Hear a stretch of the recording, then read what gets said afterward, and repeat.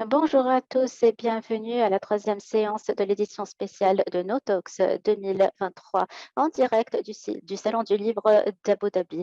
Au cours de cette séance, nous avons avec nous notre Yazen Al-Kodmani qui est partenaire à 3Y Agtech et directeur général adjoint à Emirates Biopharm. Yazen va nous donner une contribution importante en ce qui concerne la sécurité alimentaire et le rôle important joué par la technologie innovante et nouvelle. Nous avons également parlé des efforts innovants qui façonnent l'avenir de l'agriculture.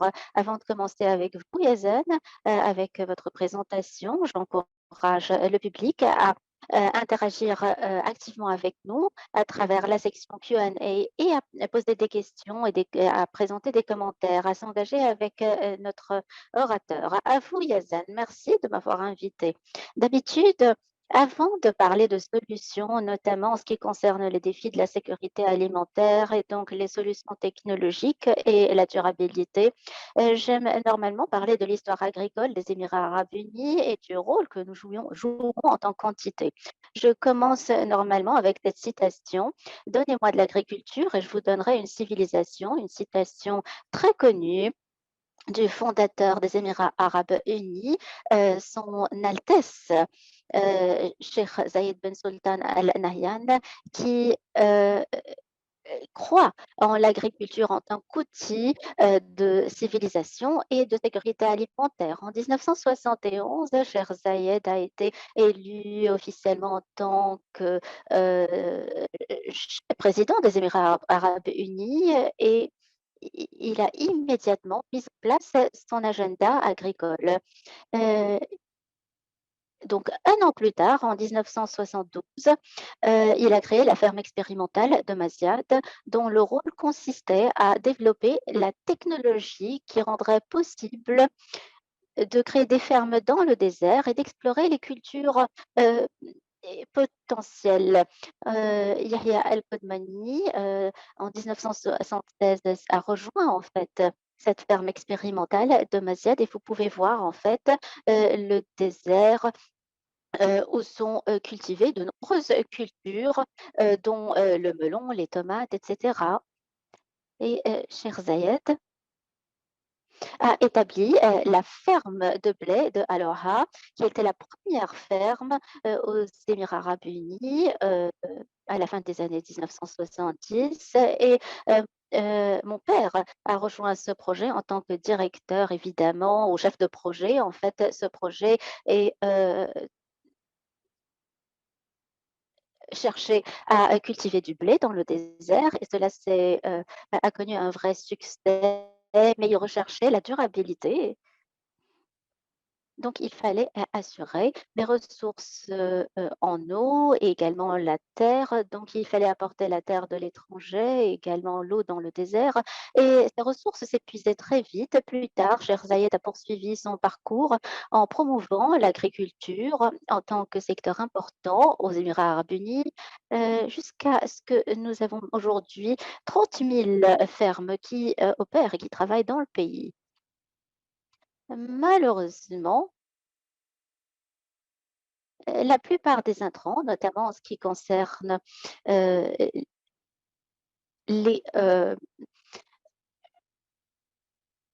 les engrais étaient, maltraités, donc ce qui a causé un dommage à l'environnement et également apporté des ravageurs. Donc nous avons veillé à traiter les engrais pour les rendre utilisables et aujourd'hui, nous avons une usine très importante de traitement des engrais dans la région. Nous utilisons tous les intrants au niveau local, évidemment. Et nous avons des fermes de volailles, de légumes, de fruits. Nous avons également nos propres ressources et utilisons cela dans l'industrie circulaire agricole aux Émirats arabes unis.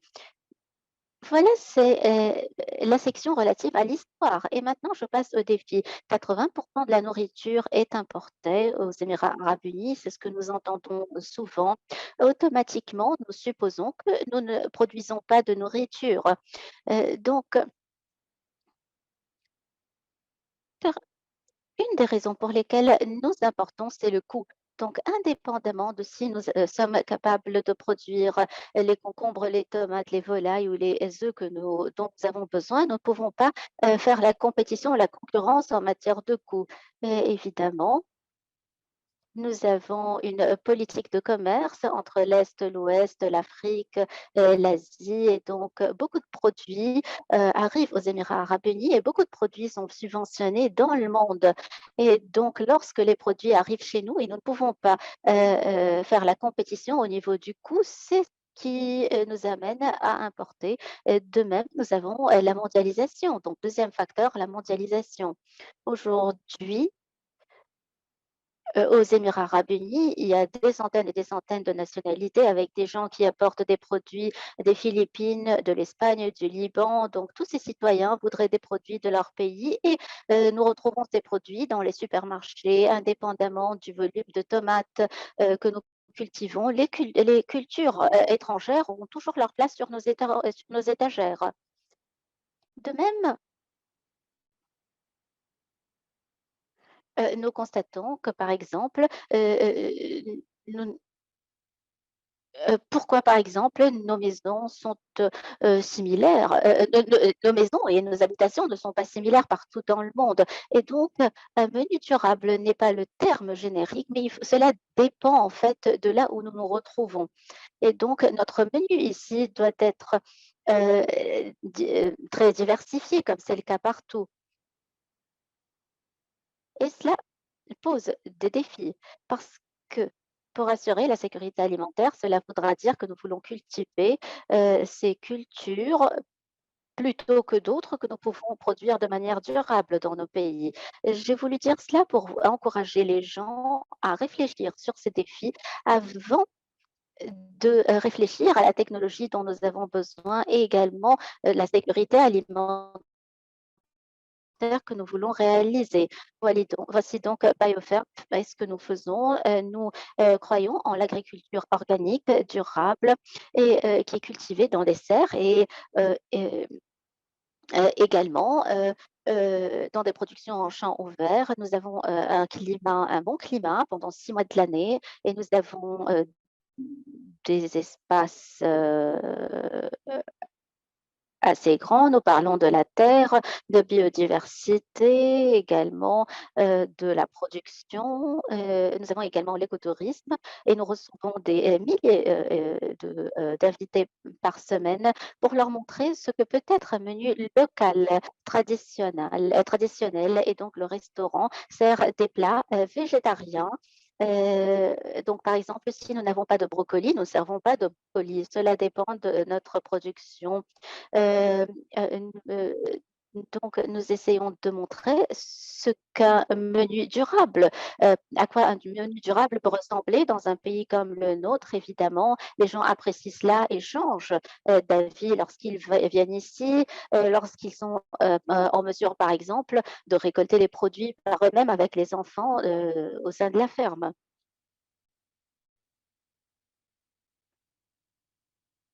Nous continuons donc sur la trajectoire de la protection de l'environnement, de la sécurité alimentaire dans le pays. Il y a beaucoup à faire. Et nous sommes toujours à nos premiers balbutiements. Merci. Un grand merci de nous avoir présenté ce parcours. Vous avez parlé de production et puis après vous avez parlé de consommation et de l'importance pour les citoyens d'être responsables et également d'agir de manière durable. Y a-t-il vu l'impact de cela sur la consommation durable? Parlons d'abord de consommation durable. Quelles sont certaines pratiques à suivre par les citoyens pour et qu'ils consomment de manière durable d'abord et pour réaliser la sécurité alimentaire à long terme? Pour ce qui est des consommateurs, ils et en termes de production locale, nous sommes très chanceux ici aux Émirats arabes unis d'avoir une approche fondée sur la durabilité en ce qui concerne l'achat d'aliments locaux et donc les gens trouvent de plus en plus de produits locaux. C'est à eux de choisir, les produits qu'ils préfèrent parce que comme je l'ai dit, nous avons plusieurs défis, des défis relatifs au coût puisque le coût n'est pas toujours abordable et ça dépend, aussi, des produits disponibles, dans certaines saisons et pas au cours d'autres. Donc il faudra donc tenir compte, des cultures saisonnières et de, renforcer et d'encourager les produits locaux autant que possible. Je passe maintenant aux données et de l'importance en fait que ces données jouent au niveau de la technologie. Comment profitez-vous des données pour la production, mais également pour que les citoyens soient mieux informés à propos de ces cultures saisonnières et autres? Merci de cette question. Aujourd'hui, grâce à la technologie, nous allons assister à une grande transformation. C'est un sujet qu'on n'aime pas toujours, dont on n'aime pas toujours parler. Mais en fait, les produits bio tels que l'huile d'olive et autres, sont importants et on ne peut pas, considérer que nous n'allons pas, faire face à des défis et donc nous avons, la technologie du blockchain qui nous permettent, d'assurer la traçabilité, de faire en sorte donc que nous pouvons renforcer les connaissances du consommateur pour qu'il sache d'où viennent les produits. Certaines compagnies travaillent dans le domaine de l- l'aquaculture et donc nous soutenons ainsi que les ministères les programmes de traçabilité. Mais j'espère que nous allons voir la réalité à laquelle nous aspirons. Parce que parfois cela passe par, des décisions difficiles à prendre et parlant de, décisions, et du rôle du gouvernement qui est très important, quel est le cadre ou les politiques réglementaires auxquelles vous vous attendez en tant qu'agriculteur ou vous qui travaillez dans ce domaine de la part du gouvernement pour assurer la sécurité alimentaire à l'avenir?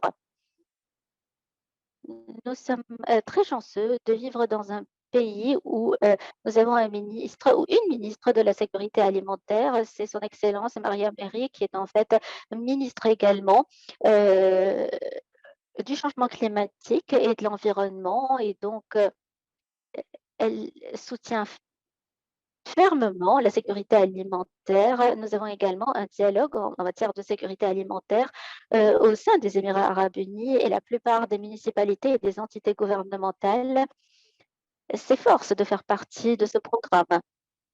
Certes, la sécurité alimentaire ne veut pas seulement dire que nous cultivons le produit, mais que nous l'achetons de, sources différentes. Cela veut dire également réduire les pertes, et et les déchets, le gaspillage. Cela comporte différentes dimensions. De même, le gouvernement a plusieurs objectifs. Ce pays veut rester ouvert, au commerce et veut être un centre commercial avec le monde entier. Donc, nous ne pouvons pas nous attendre à avoir des quotas sur ce qui doit être importé, comme c'est le cas de l'Europe ou d'autres produits. Nous ne nous attendons pas à cela. Mais nous espérons pouvoir travailler sur la commercialisation, sur le marketing au lieu de contrôler en fait, heu l'approvisionnement. Nous, travaillons sur le marketing. Oui, vous voulez dire la promotion, la publicité? Oui, et nous faisons de la publicité et nous essayons de protéger les produits locaux et nos marques locales.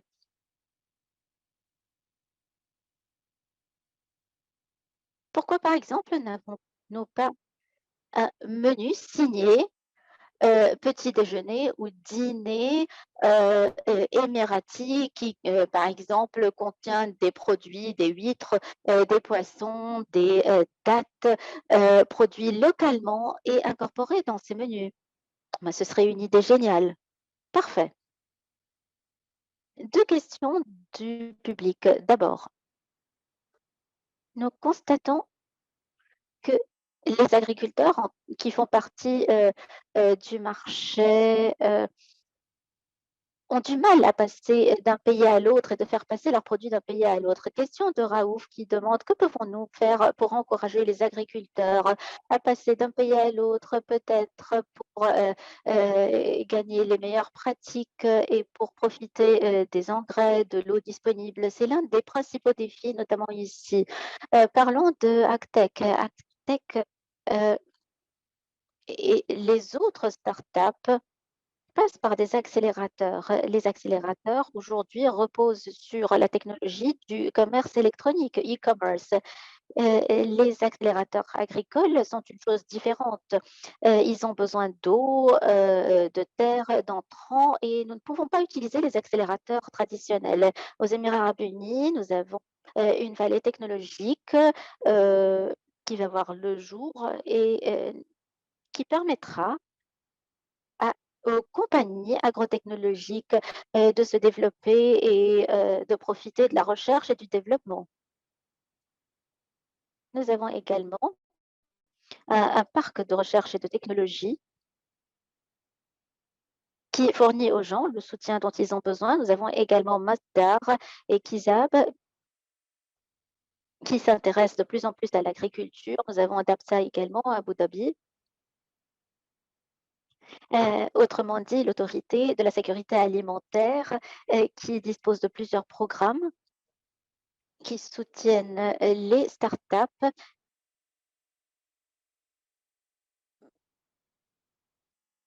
Nous je travaille sur, nous travaillons sur plusieurs hectares avec, nous travaillons avec les entreprises agrotechnologiques ou les startups qui ont besoin en fait, d'espace, et de superficie de terrain et nous faisons la distribution sur le marché. Donc, nous avons déjà quelques partenariats en ce sens. Quelle est la position de, Agtech dans la région, non seulement aux Émirats arabes unis? En ce qui concerne les pratiques dans la région, mais également mondialement. Quelle est la position d'Aptech dans la région, mais également à l'échelle mondiale? Peut-être que notre public est intéressé à propos de cela et aimerait avoir davantage d'informations. Grâce au soutien que je viens de mentionner et en toute modestie, je dirais que les Émirats arabes unis sont en avance de 10 ans, en matière d'agrotechnologie et d'agriculture. Heu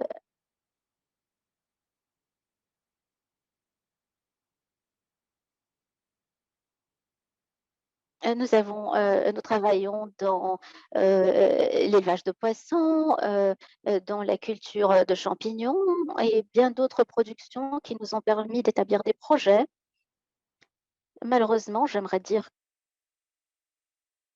que,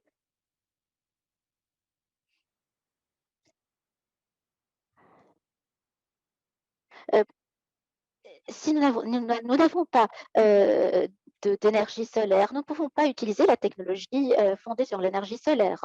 Donc, aujourd'hui, nous avons ramené la technologie au cours des 5 des dernières années. Beaucoup de progrès ont été réalisés avec, de nouveaux projets, des projets innovants qui, s'établissent et il y a des défis à relever. Ce qui a été fait est, fantastique et pourrait avoir un impact sur d'autres projets dans la région également. Nous avons, 2 questions similaires. Quel est l'avenir de l'intelligence artificielle, mais également de la biotechnologie, pour la sécurité alimentaire, l'agriculture? En termes de collecte de données, dès que nous avons les données, nous disposons de traçabilité. Les agriculteurs utilisent davantage de données dans leurs exploitations agricoles. J'admets que je travaille toujours sur Excel, mais je vois de plus en plus de logiciels qui arrivent et utilisent des processus agricoles entiers. De nombreux agriculteurs, travaillent sur ces systèmes et nous avons, ou nous aurons des bases de données où nous pourrons, planifier de manière meilleure. Évidemment, notre principal défi consiste à, concilier la demande et l'offre, à savoir ce dont, les citoyens ont besoin, de réduire les prix et de relever les défis. Imaginez que nous ayons un logiciel, qui puisse, être lié donc aux conditions météorologiques, qui nous donne des conseils et des recommandations quant au meilleur moment pour, cultiver ou autre. Nous avons une autre question. Donc, compte tenu des inégalités sociales, des perturbations, des guerres, et cetera, comment faire en sorte que la sécurité alimentaire ne soit pas utilisée ou exploitée, manipulée en tant qu'outil de guerre? Comment faire en sorte qu'elle ne soit pas perturbée également, en raison des guerres? B Beaucoup de pays, ont, des stocks alimentaires pour 3 ou 6 mois et après cela, il faudra, dépendre de sa propre production ou également, ouvrir, des voies commerciales. Que je fais dans le désert peut ne pas sembler durable, mais si j'ai besoin de réaliser la sécurité alimentaire, il faudra que je cultive puisque c'est l'option la plus durable, heu et c'est un risque et c'est pour cela que chaque pays cherche à assurer sa sécurité alimentaire nationale et les besoins de base, les besoins fondamentaux, en voyant si cela est possible ou non. D'où le rôle d'ACTEC. Nous disons que nous avons besoin de produire et nous faisons face à ces défis, mais comment faire cela de manière durable? Et c'est ainsi que ACTEC pourra jouer un rôle prépondérant. Euh,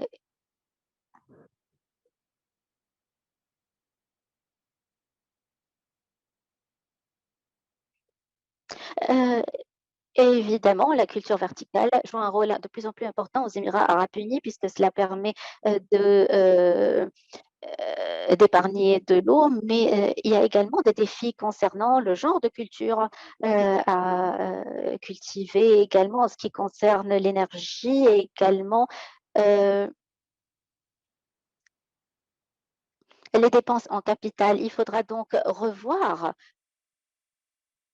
la production en champ ouvert, puisque si nous parlons de sécurité alimentaire, il faudra tenir compte de toutes les approches, de la technologie à l'intérieur, mais également à l'extérieur, parce que nous avons besoin de solutions à ces défis. Nous avons également besoin de solutions agrotechnologiques pour la production de chameaux, pour les volailles, pour les œufs et également nous avons besoin de production en champ ouvert et cela peut se faire à travers la saisie, de données, à travers l'intelligence artificielle et nous utilisons également les drones et nous travaillons de plus en plus sur la promotion de la production en champ ouvert. Nous avons des questions quant à l'adaptabilité, du système alimentaire au changement climatique. Est-ce que nos écosystèmes sont capables de s'adapter au changement climatique? Que peut-on faire et comment passer ou transformer ces défis en opportunités? C'est un véritable défi. En fait, l'agriculture est une grande industrie, un grand secteur, mais, en fait, heu, l'aquaculture, l'élevage d'animaux, la culture sont des domaines très différents. Évidemment, chacun a ses propres risques. Nous avons évidemment, ICBA et nous avons d'autres, compagnies et centres, notamment ICBA, qui cherchent à identifier l'agriculture biosaline et qui permettent donc d'utiliser l'eau qui n'est normalement pas utilisée dans l'agriculture. C'est une façon d'atténuer, les changements climatiques pour l'avenir. Donc,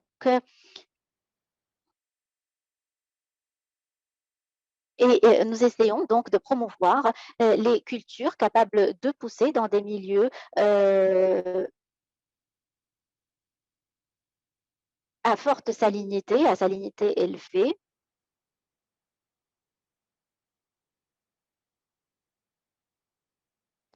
Nous avons également des produits, très tolérants, très résistants et très, nourrissants. C'est donc notre objectif, de passer à des produits et des cultures très tolérantes. À l'avenir, nous aurons peut-être les mêmes problèmes et les autres régions seront confrontées aux mêmes problèmes et pourront apprendre beaucoup de notre région. Il y a un commentaire dans le QAA en ce qui concerne ce que vous venez de dire. Travaillons sur la demande. Vous ne pouvez pas, ne croyez-vous pas que l'offre, heu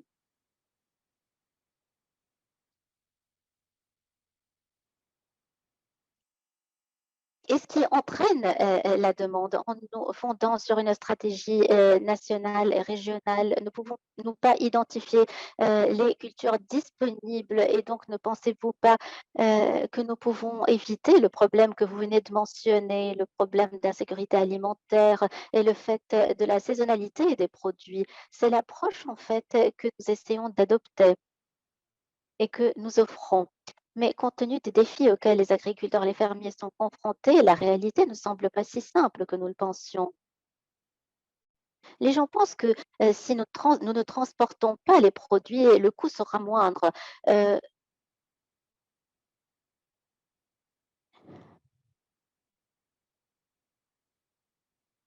à mon avis, le secteur de l'hôtellerie utilise même les œufs importés parce que le prix des produits du Brésil et de la Turquie sont plus abordables que les nôtres. Donc, lorsque le consommateur, veut, acheter, dans le détail, eh bien, ils achètent des produits importés. Il faudra faire en sorte qu'il y ait davantage de produits locaux dans nos menus, sur les étagères et d'encourager l'achat de ces produits.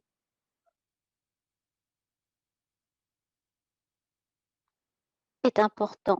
Aujourd'hui, les consommateurs, pensent seulement au prix, et comparent, par exemple, les produits ou les œufs importés ou non importés. Il faudra encourager les gens à payer plus, mais malheureusement, les produits locaux, coûtent plus cher. Nous avons une question de Ali qui demande, et qui dit que, les nouvelles technologies, supposent qu'on dispose du capital nécessaire pour les acquérir. Comment faire dans la région pour ne plus dépendre de d'autres pays? Est-ce que, la question y a-t-il des investissements dans la technologie, l'agriculture pour assurer la sécurité alimentaire et ne plus dépendre d'autres pays et de leur production? La question est difficile en fait, c'est difficile de répondre. Comme je l'ai dit aujourd'hui, de nombreux projets ont été établis. Je ne pourrais pas dire que nous sommes arrivés à bonne fin.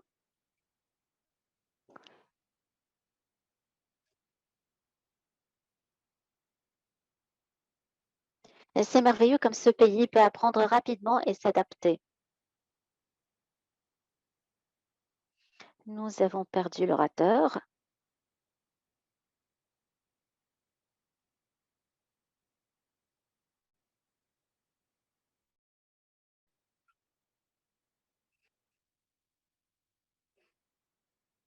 Nous avons perdu la voix de l'orateur. Bon, nous voici de retour. Toutes nos excuses, dit le modérateur. Nous sommes de retour avec Yazan. Donc, vous nous parliez des technologies, du coût et des retours sur investissement. Donc, en résumé, il nous reste beaucoup à faire, mais l'investissement qui a été fait dans ce projet fait partie de ce processus, mais il nous reste beaucoup à faire. Nous avons une autre question qui porte sur les petits exploitants, les exploitants conventionnels. Comment peuvent-ils s'adapter à la technologie? Comment seront-ils inclus dans ces stratégies? Évidemment, ce sont les piliers de l'agriculture. J'ai parlé de 20 000 exploitants, petits et moyens exploitants, et qui sont la colonne vertébrale, qui jouent un rôle prépondérant dans l'agriculture à Abu Dhabi. Euh, nous avons des exploitants qui cherchent à renforcer la technologie, le savoir et qui soutiennent la distribution, de, cette technologie. Heu et évidemment, ils ne peuvent pas, se payer la haute technologie ou les, produits,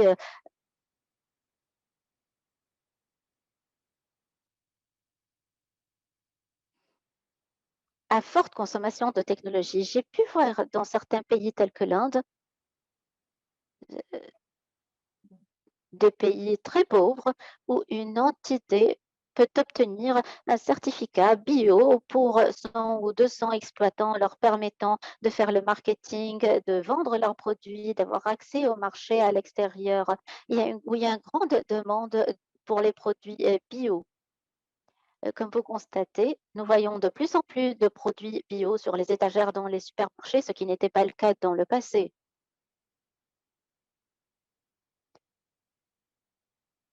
En fait, est-ce réglementé? Oui, oui, ce sont des entités réglementées, certifiées.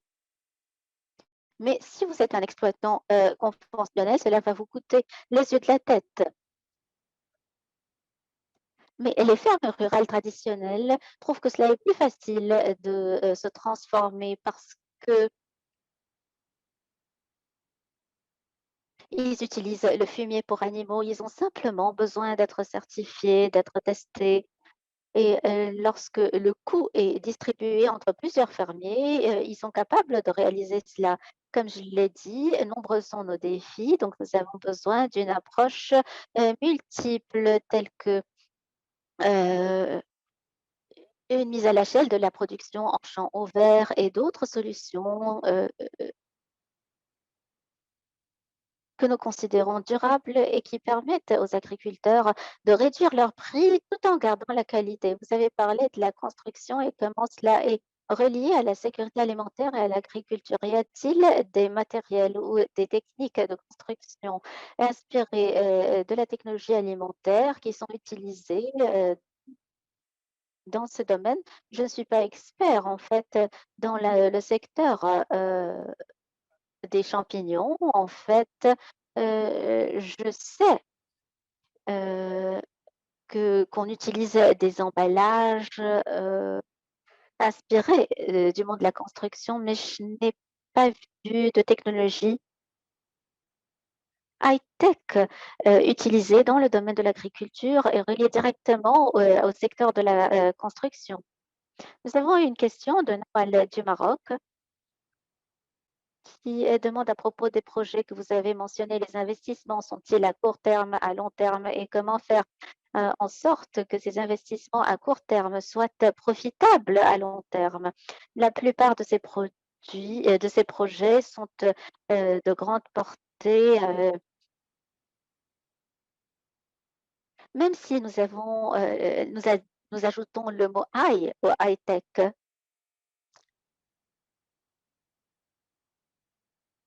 Les retours sur investissement sont lents à se manifester. Si nous produisons par exemple des tomates, comme je l'ai dit, l'objectif, en fait, de ces produits est d'avoir notre empreinte et de tirer des leçons, pour en profiter à l'avenir. Parfait. J'ai une question intéressante portant sur l'agriculture high-tech et l'éducation. Comment peut-on intégrer le food-tech dans les programmes d'enseignement pour promouvoir la science, les mathématiques et autres disciplines?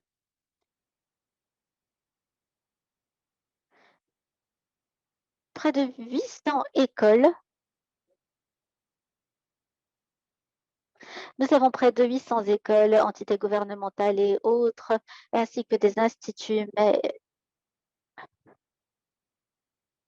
dès que vous commencez à utiliser ces produits, vous constatez les défis en termes de productivité, ce qui fonctionne et ce qui ne fonctionne pas.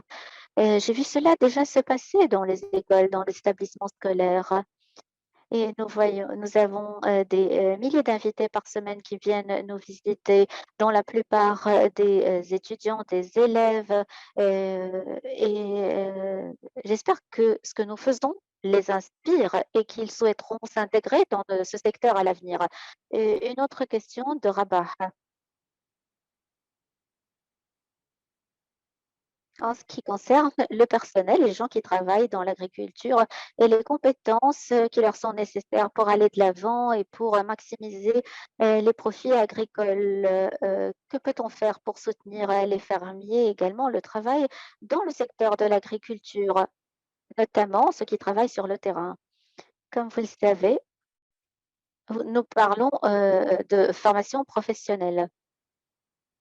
La plupart des gens se tournent vers, l'enseignement, supérieur, l'universitaire et autres, mais nous avons, des lacunes, et il faudra, dans le domaine professionnel, il faudra, donc avoir davantage de techniciens hydroponiques, des techniciens et des experts en matière de contrôle, du terrain, de la terre, de la fertilité du sol et c en fait, en Hollande, un, pays agricole par excellence, en fait,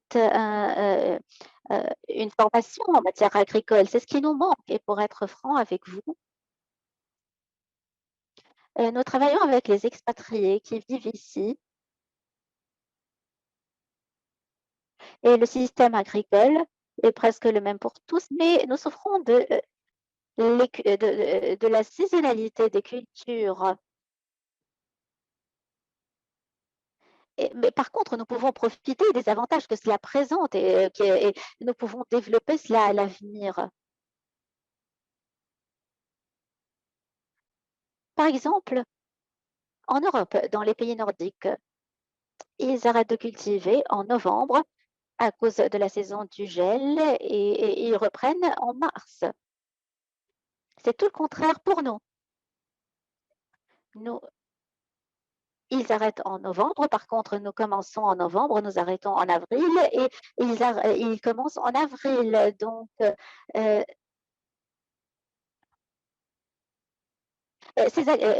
nous pouvons assurer cette mouvance, ce mouvement des agriculteurs, entre nous, par exemple, et les pays nordiques et d'autres pays. La sécurité alimentaire dépend énormément des politiques nationales et des stratégies nationales. Donc, il faudra chercher à intégrer notre région non seulement d'une perspective économique, mais également en tenant compte de la main-d'œuvre dans le secteur agricole. Parce qu'il faut voir les fermiers, en tant que personnel qualifié et influent et agent, efficace de la main-d'œuvre parce que évidemment, cela aura un impact positif sur nos économies nationales. Avant de conclure, quel est votre message final? Quelles sont les tendances à l'avenir et à quoi nous attendons-nous à l'avenir proche? Je ne parle pas de l'avenir en général. Et quelles sont quelques recommandations que vous souhaitez fournir à notre public? Parce que plusieurs des questions que nous avons reçues sont techniques et proviennent évidemment de fermiers.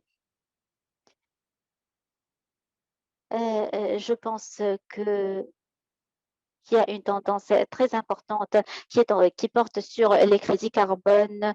Une fois que nous commencerons à comptabiliser les émissions de carbone, je pense que nous pourrons profiter de cela et profiter de l'agriculture durable pour, diversifier les sources, de revenus. Évidemment, l'intelligence artificielle a un impact sur tout. Je ne sais pas ce que ChatGPT va avoir comme impact sur l'agriculture, mais évidemment, nous allons assister à un changement dans les 5 prochaines années. Heu et les champignons sont également à la mode en termes de santé et de productivité également. Le recyclage de déchets est également un sujet important. D'autant plus que, les pays considèrent, l'importance de réduire les émissions de gaz à effet de serre. Nous allons, par exemple, voir si les insectes jouent leur rôle dans la nature, de même que pour, les champignons et les bactéries. Donc, nous pouvons utiliser les insectes en tant qu'engrais pour, animaux, et donc, cela peut servir de nourriture, pour les poules, pour, les poissons, ce qui réduit le gaspillage et donc, aux Émirats arabes unis, nous pourrons rendre service à la communauté en utilisant nos déchets. Nous avons, des tonnes et des tonnes de déchets. Nous avons Circle Biotech et BioPharm qui utilisent les défis des palmiers dattiers, non pas les déchets d'autres pays, mais les nôtres, et cherchent à cultiver des champignons qui utilisent ces déchets. Nous travaillons donc à relever ces défis, les champignons, les insectes et également les crédits carbone. C'est en fait la marque de l'avenir, notamment pour l'agriculture durable. Dernière question, et ce sera très court. Vous êtes pour ou contre la dépendance de la sécurité alimentaire sur l'agriculture? Malheureusement, le monde est très vulnérable et fragile. Je suis malheureusement pour. Pendant la pandémie de Covid, nous avons vu, une vague de panique et il nous faut nourrir nos enfants et donc le Covid-19 nous a ouvert les yeux et tout ce dont nous avions besoin, c'était notre médecin et la nourriture. Donc la dépendance alimentaire est très importante. Merci Yazen et je remercie également le public. Nous avons reçu des centaines de questions. Nous avons essayé de poser le plus grand nombre possible dans la limite du possible. Grand merci, Yaman. Je remercie également notre cher public. Demain, nous aurons notre quatrième séance euh, avec Jérôme Viricel de RICAP Veolia Middle East et nous allons parler de recyclage.